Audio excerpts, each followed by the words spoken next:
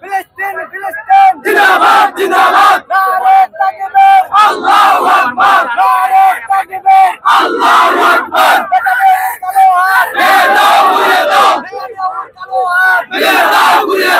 আমাদের হৃদয়ে অনেক রক্তক্ষরণ হচ্ছে। আমাদের মুসলিম ভাই শিশু বাচ্চাগুলা যে নির্মমতার শিকার হচ্ছে।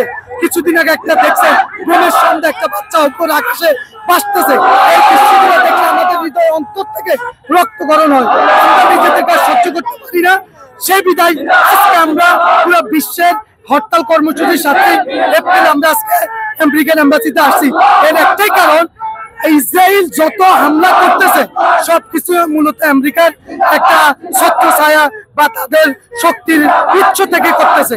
আজকে যদি ইসরায়েল এককভাবে করতে পারে কিন্তু তারা কিছু করতে পারত, কিন্তু এই আমেরিকার মদতে তারা মুসলিমদের উপর এত নির্যাতন করতেছে যেটা কল্পনার বাইরে।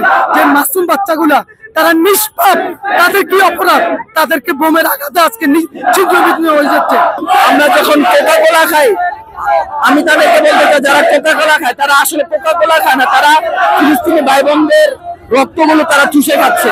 আমাদের বাংলাদেশ সরকারের কাছে আবেদন করতেছি, এই আমেরিকা ইসরায়েলকে যেভাবে সহযোগিতা করতেছে বাংলার মাটিতে যেন আমেরিকার কোনো পতাকা উঠতে না পারে, সেই জন্য আমরা বাংলাদেশের সরকারের কাছে আকুল আবেদন করতেছি। এবং কি আমরা যারা আছি এখানে জিহাদি ভাই যারা আছি তাদেরকে যদি জিহাদে যাওয়ার জন্য, ফিলিস্তিনে যাওয়ার জন্য যদি কোনোভাবে সহযোগিতা করা যায় আমরা যাওয়ার জন্য প্রস্তুত।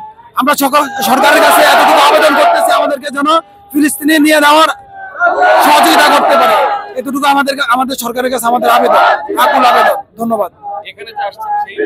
এই গণহত্যা পৃথিবীর ইতিহাসে একটা বিরল গণহত্যার ইতিহাস।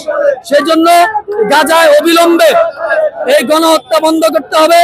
গাজার মানুষদের পুনর্বাসনের জন্য সারা বিশ্ব মিলে আবার নতুন পুনর্বাসনের জন্য একটা বাজেট ঘোষণা করতে হবে। মুসলিম বিশ্বকে এক হইতে হবে। ট্রাম্প এবং ইসরায়েলের সকল ষড়যন্ত্রের বিরুদ্ধে মুসলিমকে একত্রিত হতে হবে।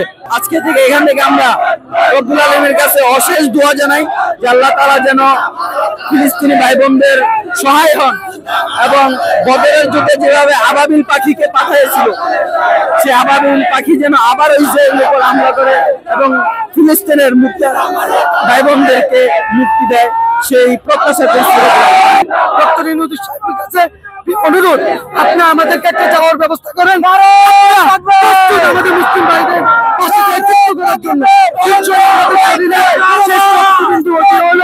আমরা ফিলিস্তিনে